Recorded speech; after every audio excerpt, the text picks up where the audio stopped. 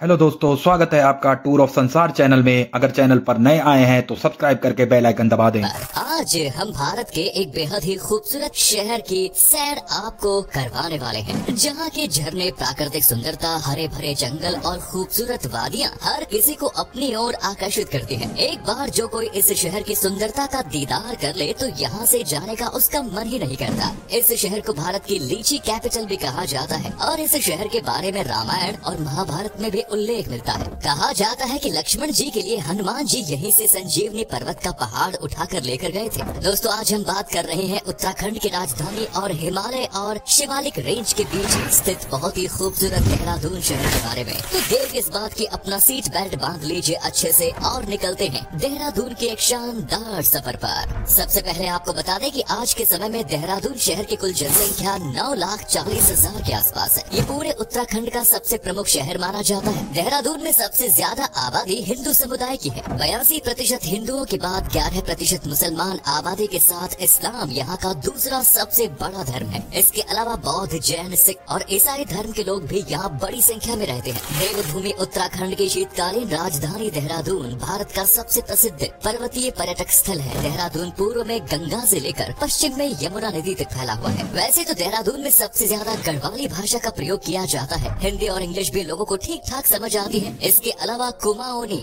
जौनसारी, तिब्बतो बर्मन, पंजाबी, उर्दू और सिंधी जैसी भाषाएं भी यहाँ पर बोली जाती हैं। क्या आप जानते हैं कि देहरादून शब्द का मतलब क्या होता है? नहीं तो हम आपको बता दें। देहरा का मतलब होता है शिविर या डेरा और दून का मतलब होता है घाटी, यानी कि ऐसी घाटी जहाँ पर लोगों ने डेरा डाला हुआ हो। देहरादून को दून वैली के नाम से भी जाना जाता है। ये शहर समुद्र तल से लगभग 650 मीटर की ऊंचाई पर स्थित है और इसीलिए साल भर यहाँ का मौसम खुशनुमा ही रहता है। अगर किस्मत अच्छी हो तो सर्दियों में यहाँ बर्फबारी देखने को भी मिल सकती है। हर साल लाखों की संख्या में सैलानी देहरादून घूमने के लिए आते हैं। आज के समय में देहरादून का लिटरेसी रेट 90% तक पहुँच गया है और ये भारत के सबसे प्रमुख एजुकेशन हब्स में से एक बन गया है। यहाँ पर the wildlife institute of India, Doon school, राष्ट्रीय Indian military college, the zoological survey of India सहित कई प्रमुख कॉलेज, स्कूल और यूनिवर्सिटीज बनी हुई है, जहाँ पढ़ने के लिए देश के कोने कोने से स्टूडेंट्स आते हैं। कई बड़े बोर्डिंग स्कूल्स भी इस शहर में बने हुए हैं। इसीलिए देहरादून को स्कूल कैपिटल ऑफ इंडिया के नाम से भी जाना जाता है। आज देहरादून को स्मार्ट सिटी के रूप में जाना जाता है। ये इसलिए संभव हो पाया क्योंकि पिछले कुछ सालों में यहाँ पर काफी तेजी से विकास हुआ है। इस शहर में आज इलेक्ट्रिक बसेस देखने को मिलती हैं। वहीं इलेक्ट्रिक कार्स को भी यहाँ पर प्रमोट किया जा रहा है। एक मजेदार बात यह है कि देहरादून जिले में लगभग 150 जगह ऐसी हैं जिनके नाम के आगे आपको वाला लगा हुआ नजर आ जाएगा, जैसे ब्राह्मण वाला, डोई वाला, राय वाला, हर्रा वाला, भनिया वाला, तुन वाला। इन सभी के जगहों के नाम किसी विशेष संप्रदाय और समुदाय के आधार पर रखे गए हैं या फिर किसी अन्य विशेष आकर्षण से इन जगहों का नाम रखा गया है। और वाला शब्द भारतीय लोग आम बोलचाल में काफी ज्यादा इस्तेमाल करते हैं। दोस्तों, देहरादून का इतिहास हजारों साल पुराना है। महाभारत काल और द्वापर युग में इसे द्रोण नगर के नाम से जाना जाता है। पांडवों और कौरवों के आचार्य गुरु द्रोणाचार्य ने इस स्थान पर कई वर्षों तक तपस्या की थी। देहरादून महर्षि गौतम का भी निवास स्थान माना जाता है। यहाँ पर चंद्रपानी मंदिर में गौतम कुंड भी बना हुआ है। वहीं एक और कहावत ऐसी भी है कि रामायण काल में जब मेघनाथ के मायावी बाण से लक्ष्मण जी घायल हो गए थे और हनुमान जी संजीवनी लाने का काम सौंपा गया तो वो दून की घाटियों से ही संजीवनी का पर्वत उठाकर लंका तक पहुँचे। साथ ही देहरादून अशोक साम्राज्य और सिरमौर किंगडम का भी हिस्सा रहा है और इसे कालसी के नाम से जाना जाता है ना ये मजे की बात।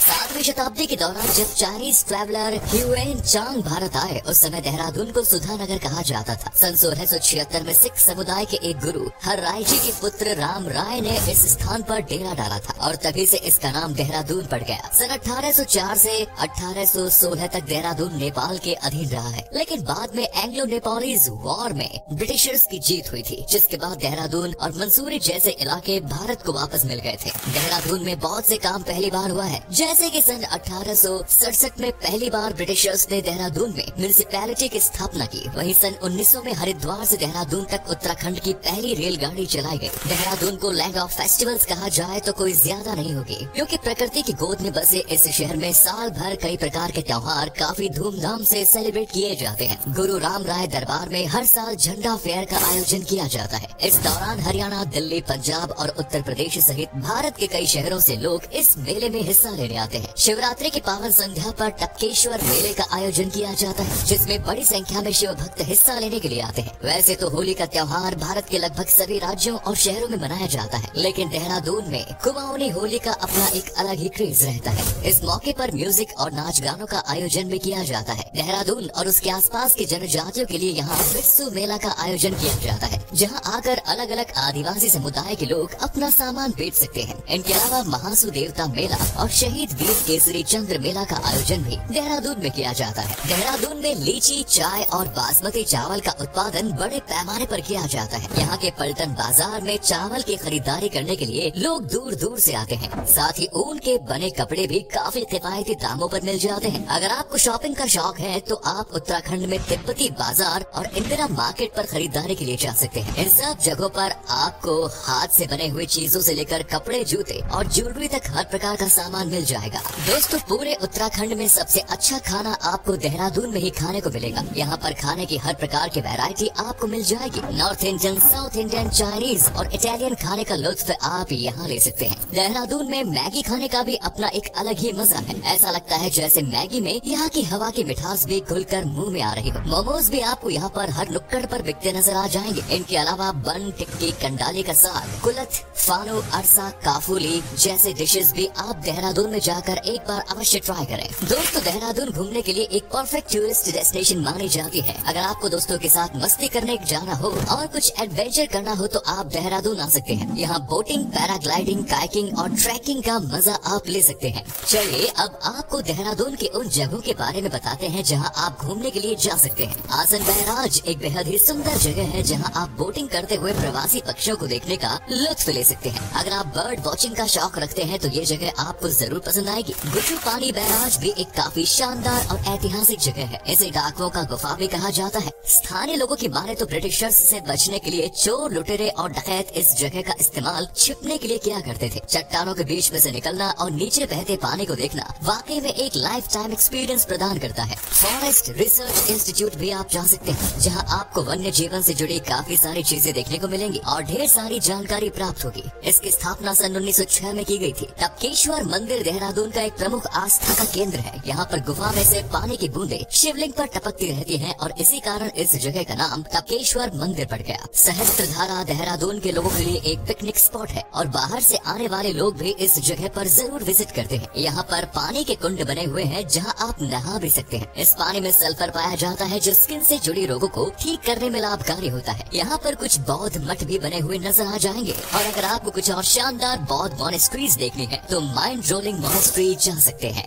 ये भारत की सबसे बड़ी मॉनेस्ट्रीज में से एक मानी जाती है। तपोवन मंदिर वही स्थान है जहाँ गुरु द्रोणाचार्य ने कई वर्षों तक तपस्या की थी। अगर आप एक बुक लवर हैं तो एक बार दून स्कूल की किला चंद लाइब्रेरी भी जरूर विजिट करें। इसका निर्माण स्मार्ट सिटी प्रोजेक्ट के तहत किया गया है और ये भारत की सबसे मॉडर्न लाइब्रेरीज में से एक है। नेशनल पार्क और जू भी आप देहरादून में घूमने के लिए जा सकते हैं। इनमें मानसी डीर पार्क सबसे प्रमुख है। यहाँ पर आप नीलगाय, तेंदुए, खरगोश सहित कई जानवरों की प्रजातियाँ देख सकते हैं। अगर आप बच्चों के साथ देहरादून घूमने गए हैं तो बच्चों को ये जगह जरूर पसंद आएगी। इसके अलावा राजाजी नेशनल पार्क देहरादून का एक प्रमुख राष्ट्रीय उद्यान है। ये पार्क हाथियों के लिए जाना जाता है, जहाँ आप सफारी का आनंद भी ले सकते हैं। शिखर, वाटरफॉल्स और टाइगर फॉल्स जैसे पानी के झरने भी काफी खूबसूरत नजर आते हैं। अगर आप मानसून के महीने में देहरादून जाएंगे तो इन झरनों की सुंदरता और भी ज्यादा निखर कर सामने आती है। रीजनल साइंस सेंटर, हर की धून और जोनल एंथ्रोपोलॉजिकल म्यूजियम भी आप देहरादून में विजिट कर सकते हैं। अगर आप किसी बड़े शहर से ताल्लुक रखते हैं और देहरादून घूमने जाना चाहते हैं तो यकीनन आप कुछ अच्छे कैफे की तलाश जरूर करेंगे। देहरादून में आपको कई शानदार कैफेज और रेस्टोरेंट्स भी मिल जाएंगे, जहां आप घंटों बैठकर आराम से चिल कर सकते हैं। देहरादून शहर भारत के लोगों को ही नहीं बल्कि विदेशी लोगों को भी खूब लुभाता है। रस्किन बॉन्ड सहित दुनिया की कई महान हस्तियों ने देहरादून में अपना घर बसाया था और अपने अंतिम समय तक वे इसी शहर में रह रहे हैं। देहरादून पहुँचने के लिए आप हवाई मार्ग, रेल मार्ग या सड़क मार्ग का प्रयोग कर सकते हैं। जॉली ग्रांट एयरपोर्ट देहरादून का सबसे नजदीकी हवाई अड्डा है और उत्तराखंड का सबसे बड़ा हवाई अड्डा भी माना जाता है। रेलगाड़ी से भी आप देहरादून तक पहुंच सकते हैं। वैसे देहरादून पहुंचने के लिए बस का साधन सबसे अच्छा माना जाता है। आप उत्तराखंड परिवहन बसों के जरिए इस शहर तक पहुंच सकते हैं। और अगर आपको पहाड़ी इलाकों में कार ड्राइव करने का एक्सपीरियंस है तो अपनी खुद की गाड़ी से भी देहरादून तक जा सकते हैं। आपको अपने बजट के अनुसार हर प्रकार के होटल्स देहरादून में मिल जाएंगे। देहरादून घूमने के लिए 2 से 3 दिन का समय पर्याप्त है। और अगर आपके पास थोड़ा ज्यादा समय तो आप मसूरी, हरिद्वार और ऋषिकेश जैसी जगह भी घूमने के लिए जा सकते हैं, जो देहरादून से कुछ ही दूरी पर स्थित है। चलिए अब हम आपको बताते हैं देहरादून में घूमने के लिए आपको कितने पैसे खर्च करने पड़ेंगे। अगर आप अकेले हैं तो आपको देहरादून घूमने के लिए 4 से 5 दिन में लगभग 20 से 25 हजार रूपए खर्च करने होंगे। तो ये था खूबसूरत शहर देहरादून। कैसा लगा बताइए कमेंट्स में। आप में से अगर कोई है देहरादून या फिर उत्तराखंड से तो हमें कमेंट्स में जरूर बताइए। क्या कभी आपने विजिट की है इस शहर की, और अगर की है तो आप एक्सपीरियंस कैसा रहा ये भी हमारे साथ शेयर जरूर करें। उम्मीद करता हूँ कि आपको ये एपिसोड पसंद आया होगा। दोस्तों,